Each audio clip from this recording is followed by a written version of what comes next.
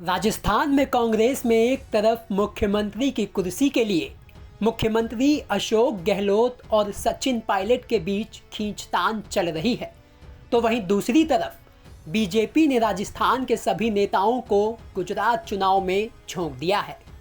गुजरात के 43 विधानसभा में प्रवासी राजस्थानियों को जोड़कर बीजेपी के लिए पिछले 36 दिनों से कैंपेन चला रही है। सूरत में प्रवासी राजस्थानी सम्मेलन में राजस्थान से आने वाले उपराष्ट्रपति जगदीप धनखड़, लोकसभा अध्यक्ष ओम बिरला समेत केंद्रीय मंत्री गजेंद्र सिंह शेखावत और राजस्थान बीजेपी के अध्यक्ष सतीश पुनिया शामिल हुए। गुजरात के उन सभी विधानसभाओं की लिस्ट बनी है जिसमें 1 से 5,000 तक राजस्थानी हैं। इन सीटों पर राजस्थान के 107 विधायक सांसद समेत पार्टी नेताओं को जिम्मेदारी दी गई है। राजस्थान के बॉर्डर से सटे 7 जिलों पर भी बॉर्डर के राजस्थानी नेताओं को लगाया गया है। इधर कांग्रेस ने भी प्रभारी रघु शर्मा को बनाया है, जबकि ऑब्जर्वर पिछले साल के प्रभारी राजस्थान के मुख्यमंत्री अशोक गहलोत को बनाया है। गहलोत राजस्थान की राजनीति में अब काफ़ी फंस चुके हैं और अब गुजरात में बीजेपी इसका पूरा फायदा लेने की फिराक में है। ब्यूरो रिपोर्ट, राजस्थान तक। आपका बहुत बहुत धन्यवाद। और आइए अब सादर आमंत्रित करते हैं भारत की 17वीं लोकसभा के अध्यक्ष महोदय आदरणीय श्री ओम बिरला जी से कि आप पधारें और हमें संबोधित कर प्रेरित करें। तापी माँ की यह धरती विश्व की सबसे बड़ी औद्योगिक नगरी, जहाँ हीरे, जहाँ वस्त्र की एक ऐसी औद्योगिक नगरी जिसने अपनी कर्मठता से, कौशलता से, काम की श्रेष्ठता से अपना स्थान बनाया है। इस सूरत की धरती पर आज हम सब भारत के माननीय उपराष्ट्रपति श्री जगदीप धनखड़ जी का अभिनंदन कर रहे हैं, स्वागत कर रहे हैं। माननीय जगदीप धनखड़ जी जो एक किसान के बेटे, जिन्होंने अपनी कड़ी मेहनत से, श्रेष्ठता से, अद्भुत वाक कौशल के माध्यम से और अपने वकालत के क्षेत्र के अंदर देश की सर्वोच्च न्यायालय के अंदर भी अपनी विधि और न्याय के माध्यम से समाज को न्याय दिलाने का काम किया। आपने महामहिम राज्यपाल के रूप में एक ऐसा मानक स्थापित किया जिसमें सबको न्याय मिले, सबको समानता मिले, संविधान की रक्षा हो। ऐसे महामहिम उपराष्ट्रपति जी का इस गुजरात की धरती पर अभिनंदन करते हुए हम सब गौरव को प्राप्त कर रहे हैं, जिन्होंने अपनी सहजता से, सरलता से, विनम्रता से एक जननेता के रूप में देश की जनता का दिल जीता है और देश की सर्वोच्च लोकतांत्रिक संस्था, हमारा सबसे बड़ा सदन, राज्यसभा के सभापति के रूप में इस लोकतांत्रिक संस्थाओं की रक्षा करना और लोकतांत्रिक संस्थाओं के माध्यम से देश के सामाजिक और आर्थिक जीवन में बदलाव में आपकी बहुत बड़ी भूमिका है। ये सूरत, ये गुजरात की धरती जो एक मिनी इंडिया की तरह है,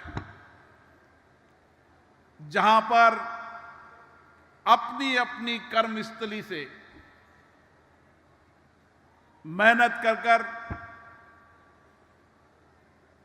अलग अलग राज्यों की जन्मस्थली से यहां पर आए, हमारे राजस्थान के, हरियाणा के अलग अलग प्रदेशों के लोग यहां पर आए। उनका जन्म वहां हो सकता है, लेकिन उन्होंने अपनी कर्मठता से, अपने कर्म से, अपनी श्रेष्ठता से, अपने कठिन परिश्रम से सूरत और गुजरात की समृद्धि के अंदर बहुत बड़ा योगदान दिया है। और मैं गुजरात की जनता, सूरत की जनता को भी धन्यवाद देता हूं, जिस सहजता के साथ उन्होंने राजस्थान हो, हरियाणा हो, पंजाब हो, कोई भी प्रदेश का व्यक्ति हो जो यहां व्यापार करने आया, उद्योग लगाने आया है, नौकरी करने आया, मजदूरी करने आया है, उसको जिस प्यार से, स्नेह से अपना बनाया है, उसके लिए मैं गुजरात प्रदेश के लोगों को भी बहुत बहुत धन्यवाद देता हूं। मैं कह सकता हूं कि गुजरात की समृद्धि के अंदर, गुजरात की प्रगति के अंदर आपका बहुत बड़ा योगदान है, लेकिन उसके साथ साथ आपने जिस तरीके से गुजरात के अंदर कड़ी मेहनत की, कार्यकुशलता की और जिस मेहनत से काम करके आपने समृद्धि प्राप्त की, उससे आपके प्रदेश का भी गौरव और सम्मान बढ़ा है। और इसीलिए मैं कह सकता हूं कि आप सबके प्रयासों के कारण अपने अपने प्रदेशों का गौरव सम्मान बढ़ा है। साथियों, भारत वो देश है जहां पर अलग अलग धर्म, अलग अलग संस्कृति, अलग अलग बोली, अलग अलग भाषा, ये सारी विविधताओं की ताकत हमारी सबसे बड़ी ताकत है। इसलिए दुनिया के सबसे बड़े लोकतंत्र के अंदर जितनी हमारी विविधता है, जितनी हमारी अलग अलग संस्कृति है, भाषा है, उतनी हमारी ताकत और शक्ति और बड़ी है। और दुनिया के अंदर हमने बताया है कि विविधताएं ताकत होती है, विविधताएं शक्ति होती है, और किस तरीके से सामूहिकता के साथ हम एक साथ मिलकर किसी भी चुनौतियों और आपदा से निपटने में सक्षम हैं।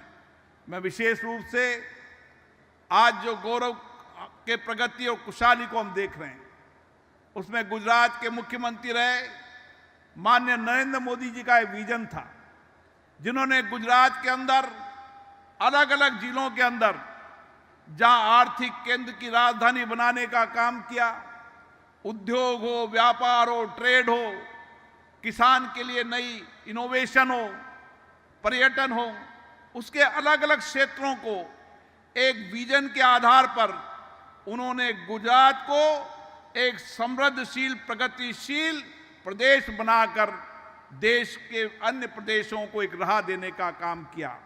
आज उसी विजन के कारण देश की जनता ने उनको प्रधानमंत्री चुना, और प्रधानमंत्री चुनने के बाद उन्होंने जिस तरीके से गुजरात का विकास किया, आज देश के विकास के अंदर हम ये कह सकते हैं कि दुनिया के अंदर सबसे तेजी से बढ़ती अर्थव्यवस्था और सबसे तेजी से बढ़ते हुए सामाजिक परिवर्तन का अगर कोई देश है तो भारत है। और इसीलिए दुनिया के किसी भी देश में चले जाएं, आज दुनिया के सारे देश आर्थिक रूप से अगर कहीं अपनी इंडस्ट्री लगाना चाहते हैं, अपना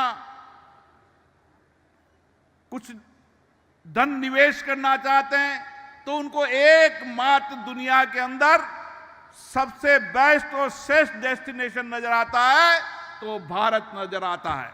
और इसी कारण से आज भारत का गौरव सम्मान दुनिया के अंदर बढ़ा है, और भारतीय हर भारतीय दुनिया में कहीं भी रह रहा है, अपनी श्रेष्ठता, कार्यकुशलता और हमारे नेतृत्व के कारण आज गौरव प्राप्त कर रहा है।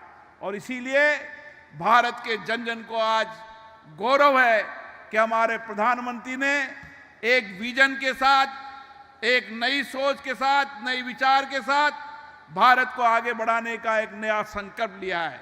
और इसीलिए आज जब आज़ादी के हम 75 वर्ष का अमृत महोत्सव मना रहे हैं, उस समय हमारी जिम्मेदारी बन जाती है कि इस 75 साल के अंदर जो आर्थिक सामाजिक परिवर्तन हुए, आने वाले समय में प्रधानमंत्री जी ने लाल किले से ऐलान किया है कि जब आज़ादी के 100 साल होंगे तो भारत दुनिया का विकसित राष्ट्र बनेगा। और इस संकल्प को पूरा करने की जिम्मेदारी देश के 130 करोड़ जनता की होगी।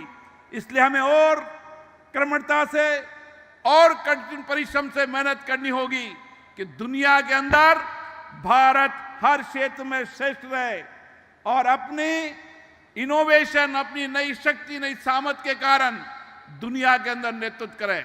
और यही हमें गर्व है कि आज भारत का नौजवान अपनी बौद्धिक क्षमता के कारण, नए सोच के कारण, नए विचार के कारण, नए स्टार्टअप के कारण दुनिया के अंदर भारत का गौरव सम्मान बढ़ा है।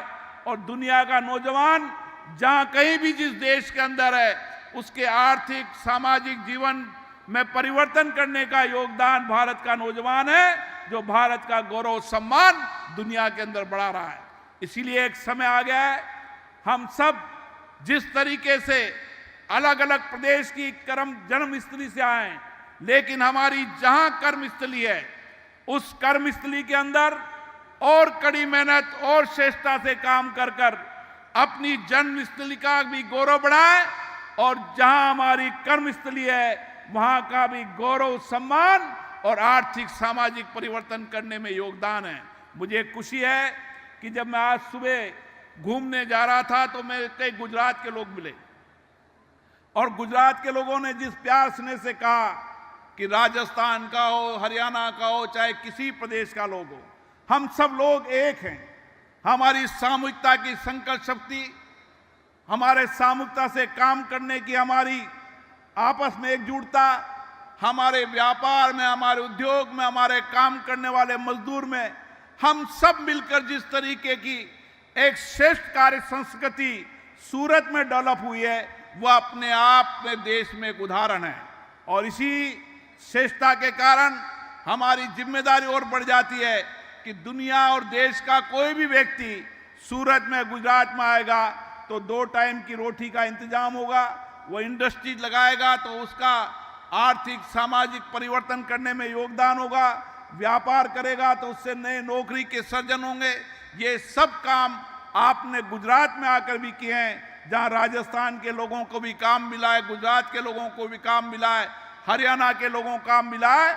और इसी कारण से आज गुजरात समृद्धि खुशहाली की ओर बढ़ रहा है। और गुजरात समृद्धि खुशहाली की ओर बढ़ेगा तो देश समृद्धि खुशहाली की ओर बढ़ेगा। हर प्रदेश को हमें इसी तरीके से समृद्धि खुशहाली की ओर बढ़ाना है। जब सब प्रदेश एक साथ समृद्धि खुशहाली की ओर बढ़ेंगे तो भारत समृद्धि खुशहाली की ओर बढ़ेंगे। पुनः आप सबको दिवाली की बहुत बहुत शुभकामनाएं। और आज विशेष रूप से जिनका अभिनंदन स्वागत करने आए हैं, उनका बहुत बहुत स्वागत अभिनंदन करता हूं। आपने जिस तरीके से आज भारत का गौरव सम्मान बढ़ाया है, राजस्थान का गौरव सम्मान बढ़ाया है, हम सब प्रसन्नचित हैं। मैं कहूँगा ताली बजाकर माननीय जगदीप धनखड़ जी का हार्दिक स्वागत करें, अभिनंदन करें। आप सभी को बहुत बहुत धन्यवाद। आप सभी की तालियों के साथ आभार प्रकट करें 17वीं लोकसभा के अध्यक्ष महोदय आदरणीय श्री ओम बिरला जी का।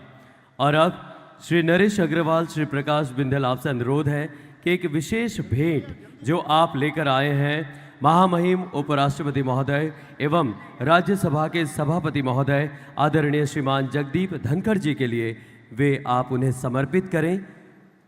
माननीय महामहिम उपराष्ट्रपति महोदय से अनुरोध है कि आप ये भेंट स्वीकार करें।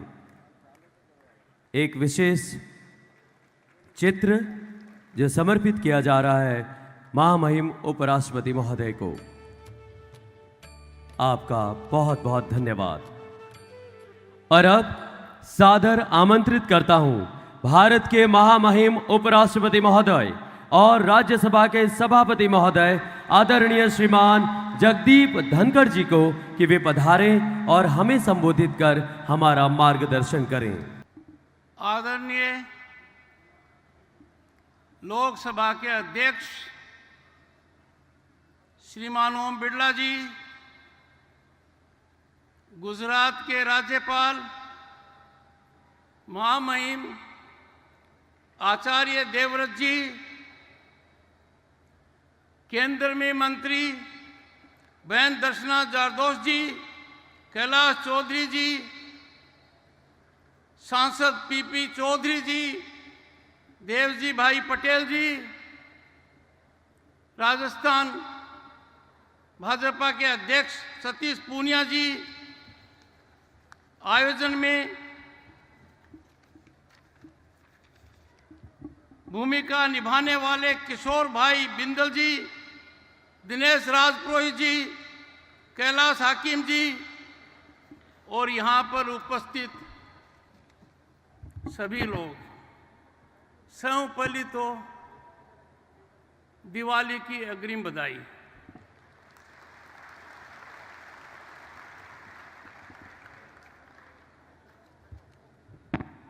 करवा चौथ की भी बहुत बहुत शुभकामनाएं। घर आली ने मैं बोलो और मारा ज्यादा पढ़ेड़ी है।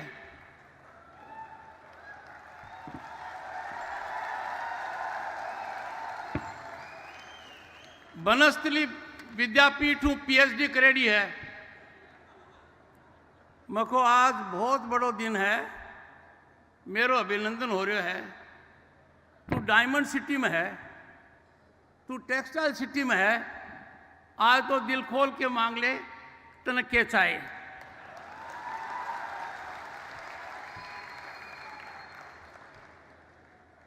और जो जवाब सुन के मैं चक्कर खा गो।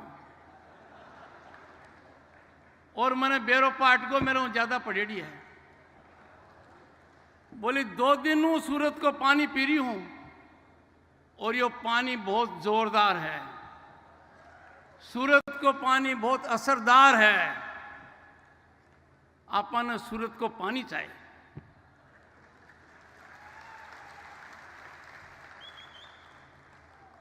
मको इसी खास बात सूरत में क्या है? बोली एक तो सूरत में जमन और काशी में मरण।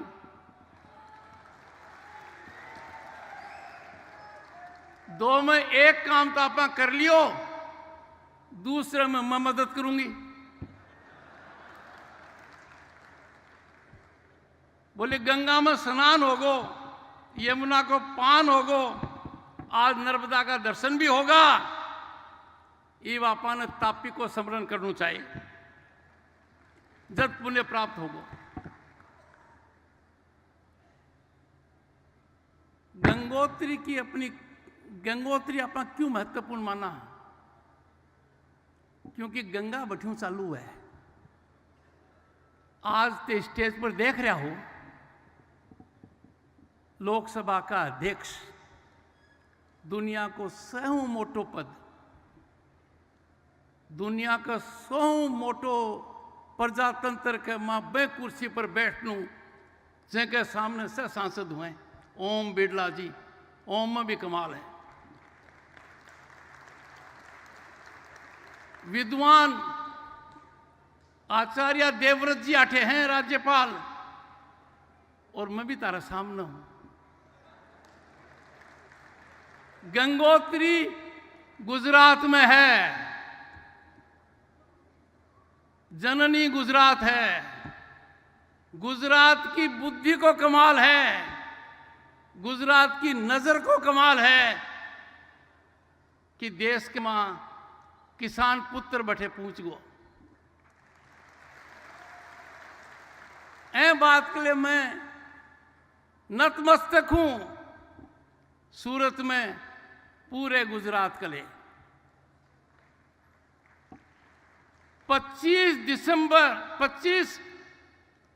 25 जुलाई 2022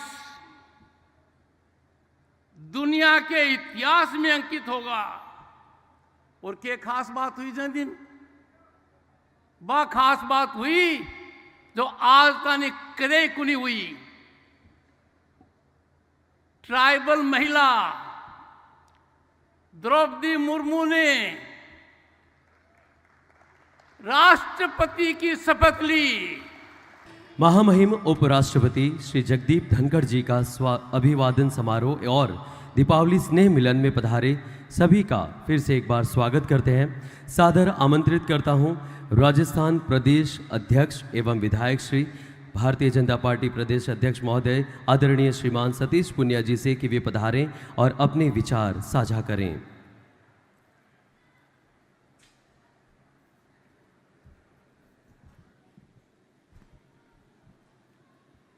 बोलिए भारत माता की, भारत माता की जय श्री राम, जय जय श्री राम। तेजाजी महाराज की, जम्बोजी महाराज की, राजा राम जी महाराज की, जयताराम जी महाराज की, खेतेश्वर भगवान की, सुंदा माता की, बाबा रामदेव जी महाराज की, विश्वकर्मा भगवान की, सेन जी महाराज की, खाटू नरेश की, सालासर धाम की, जीर्ण भवानी की, शाकंभरी माता की, एकलिंगनाथ भगवान की, बेणेश्वर धाम की, मानगढ़ धाम की, अंबा माता की, सभी देवी देवताओं की, आप सबकी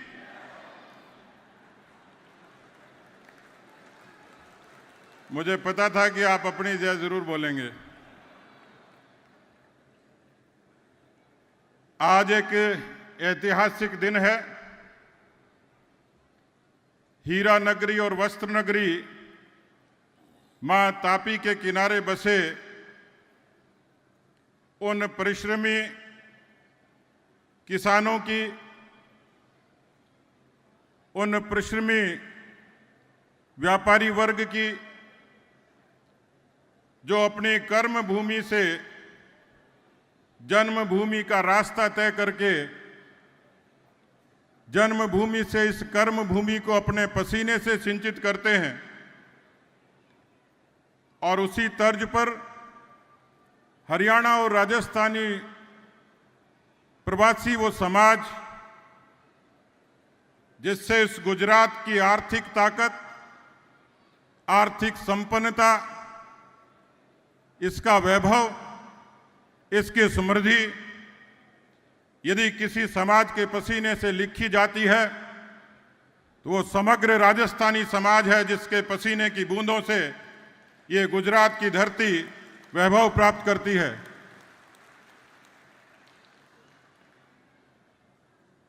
हरियाणा का वो परिश्रमी समाज जो अपने परिश्रम से यहां के व्यापार को गति देता है। लेकिन आज सौभाग्य का दिन जुड़ा,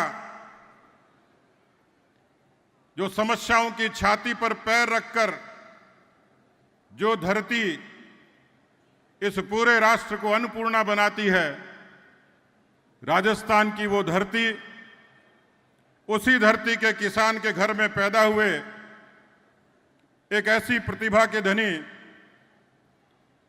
जिन्होंने एक साधारण गांव से सैनिक स्कूल में शिक्षा ली, अपनी विद्वता से कानून के क्षेत्र में अपनी पहचान बनाई, जिन्होंने उस कानून के ज्ञान से न केवल संविधान की रक्षा की, राज्यपाल के रूप में भी जब वो पश्चिम बंगाल में विराजते थे तो वहाँ के संविधान के संरक्षक के नाते उनकी भूमिका पूरा देश देखता था। दुनिया के सबसे बड़े लोकतंत्र के और दूसरे बड़े पद पर सुशोभित होने के बाद वो कर्मयोगी राजस्थान के उन लोगों से मिलने के लिए आए हैं।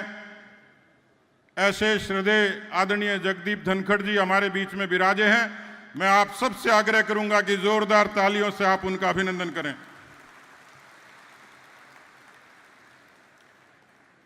मित्रों, एक साधारण कार्यकर्ता से एक समाज सेवी के सफर में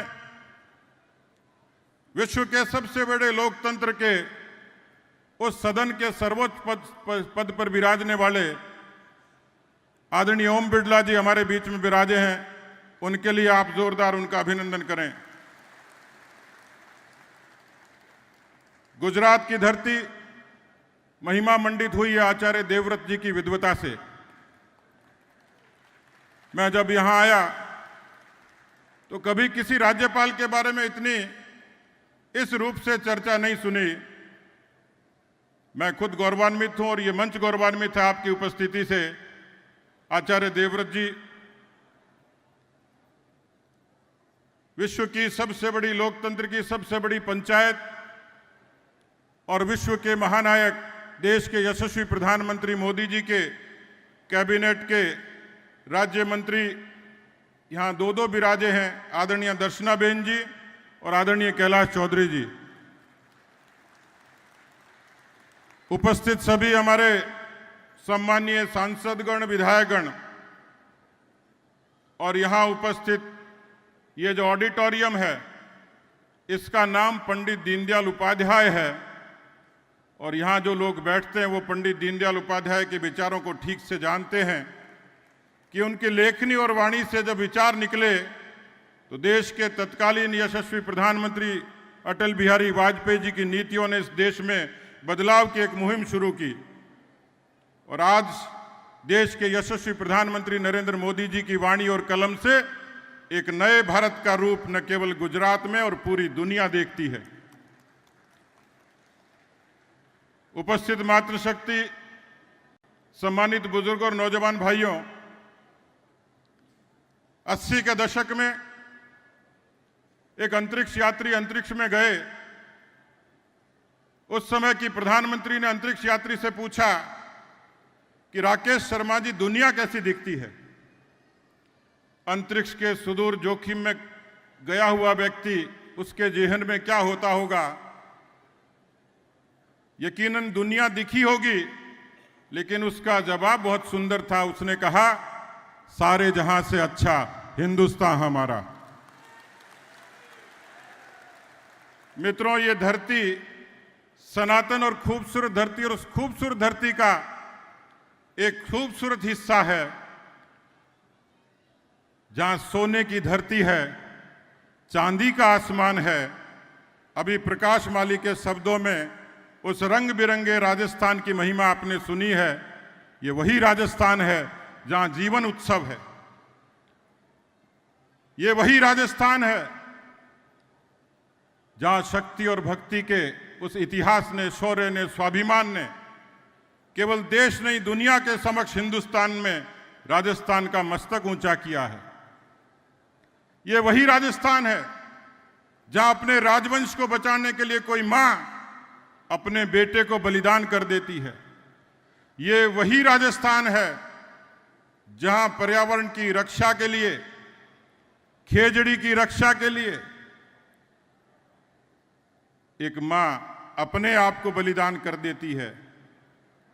ये वही राजस्थान है आधुनिक युग में, उस आधुनिक युद्ध में कारगिल की चोटी पर दुश्मन खड़ा था और इसी राजस्थान में उस किसान के घर में जाया हुआ कोई नौजवान जब लड़ाई लड़ता था तो बेशक ये धरती उसके खून से रंग जाती थी, लेकिन वो पीठ में गोलियां नहीं खाता था, छाती पर गोलियां खाकर इस भारत मां की आन बान शान की रक्षा करता था।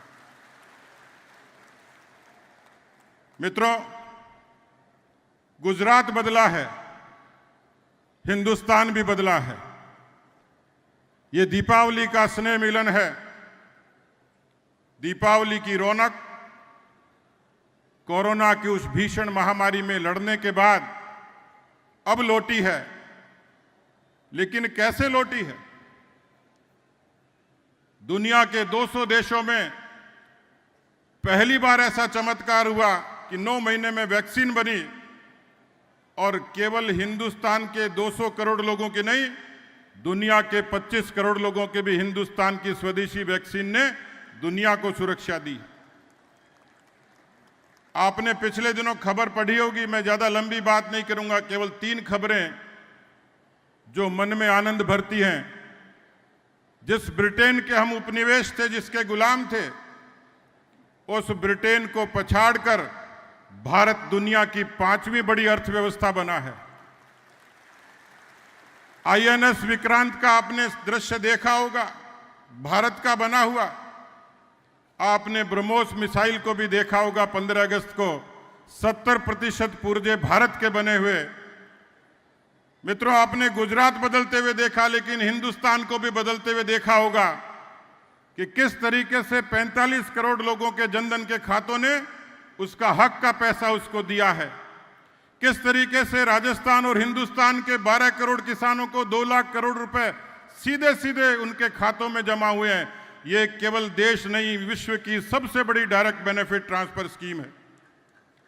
मित्रों, उन माताओं बहनों का जीवन बदला है जो किसी बस्ती में अंधेरा होने का इंतजार करती थी। उन गरीबों के सर पे छत नहीं होती थी, 3 करोड़ लोगों को छत मिली है। यही तो बदलता भारत है। यहां प्रकाश जी ने इस मंच को भक्ति से सरोबार किया। कल्पना कर सकते थे 500 सालों का संघर्ष, लाखों लोगों का बलिदान, लेकिन देश के यशस्वी प्रधानमंत्री मोदी जी के हाथों से भगवान राम की महिमा का मंडन उसी अयोध्या की पावन पवित्र भूमि पर हुआ। देशभक्ति के गीत गाए जा रहे थे उन्मुक्त तरीके से, लेकिन कश्मीर की घाटी आजाद नहीं थी। संविधान जलाया जाता था, तिरंगा जलाया जाता था। उस तिरंगे का मान करने का काम किसी ने किया तो देश के यशस्वी गृह मंत्री अमित शाह जी ने 370 को खत्म करके इस देश को एक नई ताकत और ऊर्जा दी। और इसलिए यहां गुजरात के लोग भी हैं। गुजरात और राजस्थान का भाईचारा है, सगे भाई जैसे हैं। आर्थिक, राजनीतिक, सामाजिक सब तरीके का रिश्ता है। हम वही रिश्ता निभाने के लिए आए हैं। मुझे लगता है कि गुजरात एक बार फिर से तरक्की के आगे चलेगा, हिंदुस्तान और ज्यादा आगे बढ़ेगा और राजस्थान भी गुजरात के साथ कदम से कदम मिलाकर इस हिंदुस्तान की तरक्की में प्रधानमंत्री जी के हाथ मजबूत करेगा। मैं एक बार माननीय प्रधानमंत्री जी का राजस्थान की ओर से अभिनंदन करने के लिए आया हूं। देश बदला तो ऐसे फैसले हुए, कोई कल्पना नहीं कर सकता था कि किसी आदिवासी, सामान्य आदिवासी महिला जो दुनिया के सबसे बड़े विश्व के लोकतंत्र की मुखिया बनेगी। कोई कल्पना नहीं कर सकता था किसी किसान के घर में पैदा हुआ एक सामान्य सा अधिवक्ता अपनी विद्वता से आज विश्व के सबसे बड़े लोकतंत्र का उपराष्ट्रपति बनेगा। मित्रों, ये पूरे राजस्थान और हरियाणा के नहीं, ये पूरे हिंदुस्तान के उस किसान कौम का सम्मान है। मैं तो खुद एक किसान कौम के घर में पैदा हुआ हूं और आज विश्व की सबसे बड़े राजनीतिक संगठन का, सबसे बड़े प्रदेश का मुझे मुखिया बनने का गौरव हासिल हुआ है। तो माननीय प्रधानमंत्री जी के और वरिष्ठ नेताओं के आशीर्वाद से और आपकी शुभकामनाओं से हुआ है। जय जय श्री राम। धन्यवाद। मंच पर विराजमान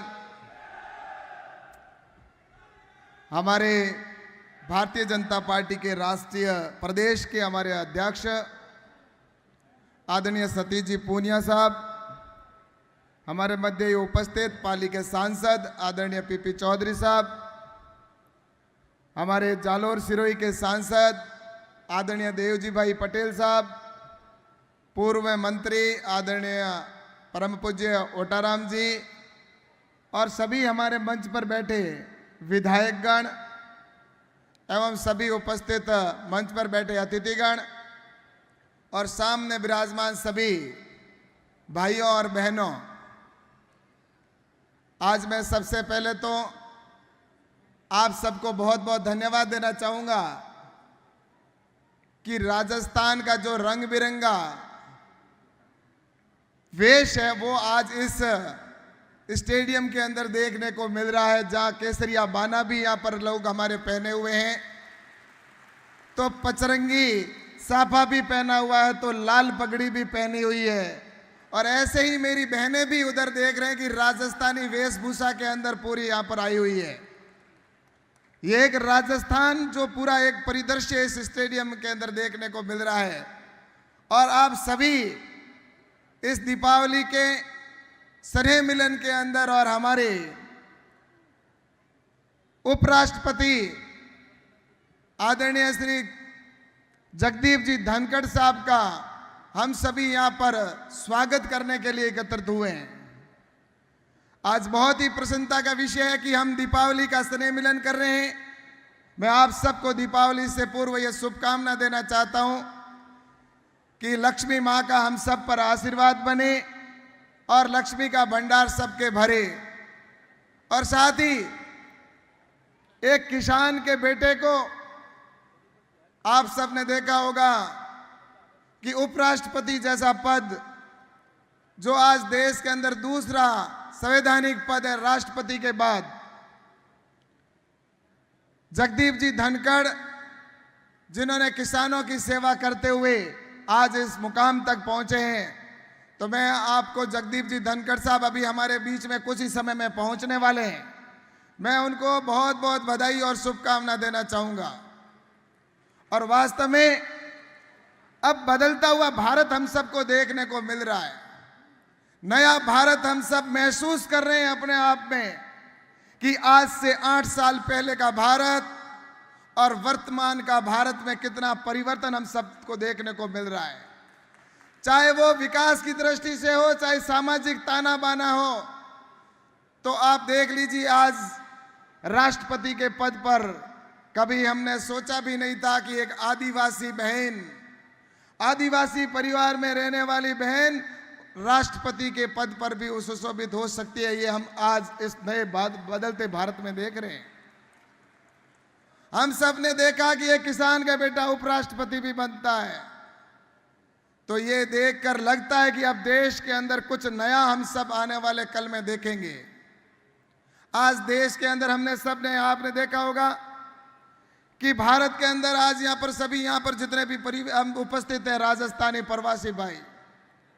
प्रवासी भाइयों ने आपने देखा होगा कि वर्तमान में जिस तरह से कोरोना की परिस्थितियां हुई, उस कोरोना के अंदर पूरे देश ने जिस तरह से उभरने का काम किया और वैक्सीनेशन तैयार हुआ और आज हम उससे निकले हैं, तो उसमें सबसे बड़ा योगदान हमारे प्रवासी भाइयों का भी रहा कि जहां भी आवश्यकता हुई तो प्रवासी भाई वहां पर सेवा करने के अंदर अपनी जान को जोखिम में डालकर भी वहां पर खड़े थे।